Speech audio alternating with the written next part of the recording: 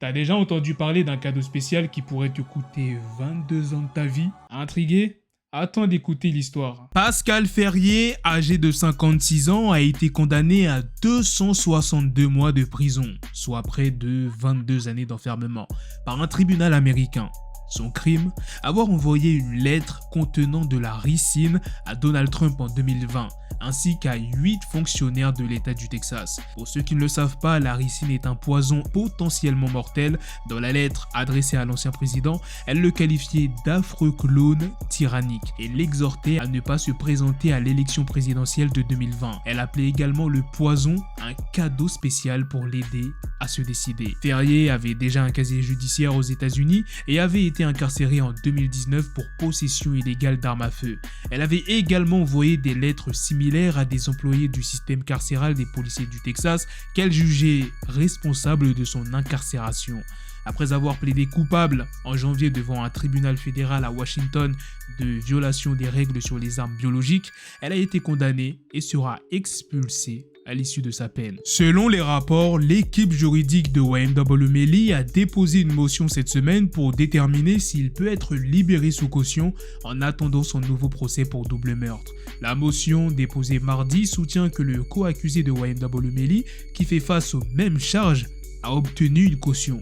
De plus, la motion argue que malgré le fait que le rappeur soit accusé de crimes non cautionnables, le juge a toujours la discrétion d'accorder une caution. Le premier procès de Melly pour double meurtre s'est terminé par un non-lieu le 22 juillet lorsque les jurés étaient dans l'impasse et n'ont pas pu parvenir à un verdict unanime. Cette motion représente un tournant potentiel dans l'affaire. Est-ce que t'as déjà entendu parler de 23 Breezy, une rappeuse en fuite? Je vais t'expliquer pourquoi cette rappeuse est en fuite. 23 Breezy, de son vrai nom Tashwanda Nicole Drayton, est recherchée pour le meurtre de Lamarge Deshaun Holden, un garçon de 10 ans, dans le quartier de Franklin à Norfolk en Virginie le 10 août. Selon les US Marshals, Drayton est considérée comme armée et dangereuse et a des liens dans toute la région de Hampton Roads. Elle fait également l'objet de mandats d'arrêt pour meurtre au premier degré, tentative de meurtre au premier degré, blessure malveillante aggravée et d'autres chefs d'accusation liés à l'utilisation d'une arme à feu. Le 10 août,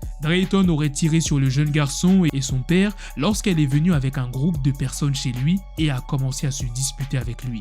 Un porte-parole de la police a déclaré « Pendant l'altercation, Drayton a sorti une arme à feu et a commencé à tirer, touchant les deux victimes. » Le chef de la police, Steve Patterson, a exprimé sa tristesse dans une déclaration publiée sur Facebook, appelant la communauté à mettre fin à cette violence insensée. Drayton avait déjà été arrêté en mars pour des accusations liées aux armes, aux voies de fait et aux coups de couteau. On ignore comment ou pourquoi elle a été libérée à ce moment-là.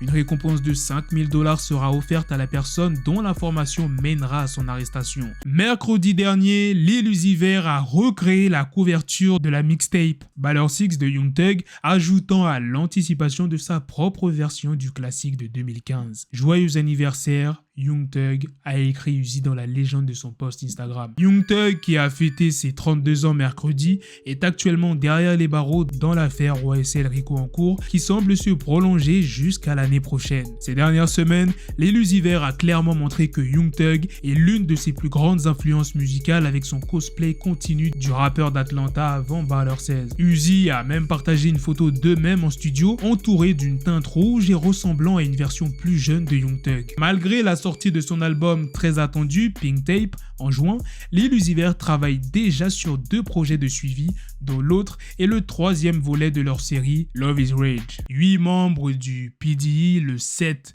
de Young Nuddy, ont été arrêtés à Atlanta dans le cadre de la loi RICO. Contrairement aux affaires RICO typiques, cette fois, il ne s'agit pas de crimes violents, mais de charges de fraude à l'emploi. Plus de 150 pages listent toutes les fraudes commises par les 8 membres. Qu'est-ce que la loi RICO? Pour ceux qui ne le savent pas, elle est souvent utilisée pour poursuivre des organisations criminelles. Elle permet aux procureurs de cibler les individus responsables de la conduite d'une entreprise criminelle. Les membres arrêtés sont impliqués dans l'industrie de la musique, mais leurs identités et leur rôle exact dans les fraudes restent à clarifier. Les 150 pages d'accusations détaillent une vaste gamme de fraudes à l'emploi. Cela peut inclure la création de faux emplois, la falsification de documents et d'autres méthodes pour tromper les systèmes d'emploi. Les détails exacts de ces fraudes sont encore en cours d'examen. Fulton County, en Géorgie, est devenu le théâtre d'une affaire judiciaire explosive.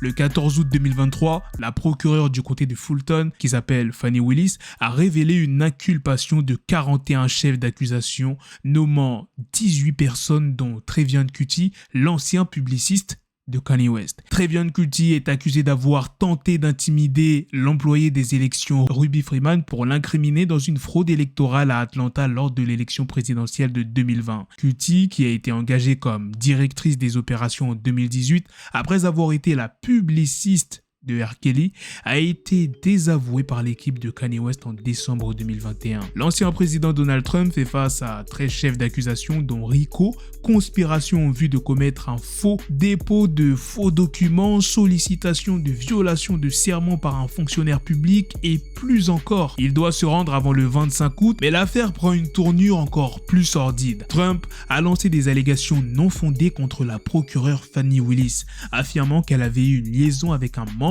du gang YSL après avoir représenté YSL Mondo en 2019.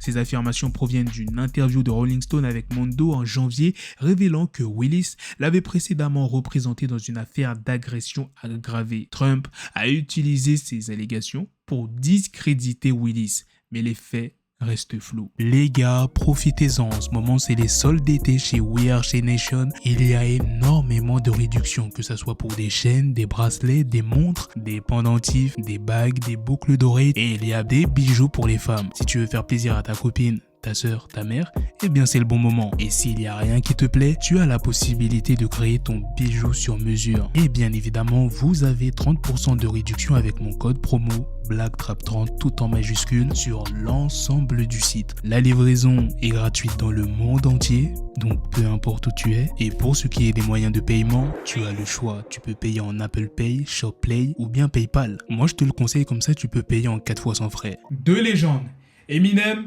et Melle Mel s'affrontent dans une bataille de mots et de musique. Un diss track, des critiques, des excuses, puis une suppression mystérieuse. Tout a commencé il y a quelques semaines lorsqu'Eminem a répondu à ses détracteurs dans le morceau Willis, en collaboration avec Ez-Mil. Parmi ceux visés, Melle Mel, membre emblématique des Furious Five, a été critiqué pour son cerveau à moitié détruit par l'usage de stéroïdes. Piqué au vif, Melle Mel a rapidement annoncé la sortie de son diss track contre Eminem, un morceau d'un peu plus d'1 minute qui malheureusement n'a pas eu l'effet escompté. Le titre, manifestement improvisé, souffrait de lacunes techniques, notamment dans le mixage et le mastering.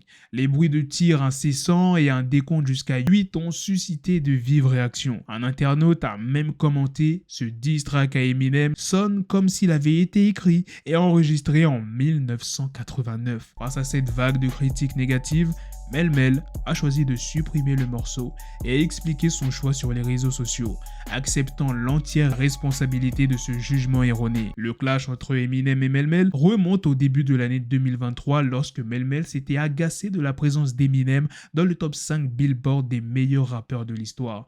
Il avait alors remis en question le succès d'Eminem, attribuant une partie de celui-ci à sa couleur de peau.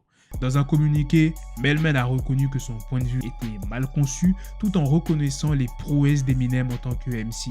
Il a également admis que son choix de mots était maladroit. Cependant, dans un revirement surprenant, Melle Mel a supprimé ses excuses et remis en ligne son titre sans plus d'explications. Eminem n'a pas encore réagi. Voilà les gars, c'est la fin de cette news, c'est aussi la fin de cette vidéo. Dites-moi dans les commentaires qu'est-ce que vous en pensez de toutes les news que je vous ai présentées dans cette vidéo. Sur ce, on se donne rendez-vous très prochainement pour d'autres vidéos news. Prenez soin de vous la famille. Peace.